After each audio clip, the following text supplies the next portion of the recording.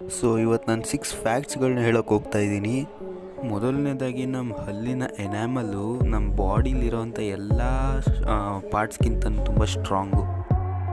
ಎರಡನೇದಾಗಿ ಒಬ್ಬ ಮನುಷ್ಯ 50 kg ಭೂಮಿ ಮೇಲೆ ವೆಯ್ಟ್ ಆದರೆ ಈ ಬೃಹಸ್ಪತಿ ಗ್ರಹದಲ್ಲಿ 13,200 kg ವೆಯ್ಟ್ ಬರ್ತಾನೆ.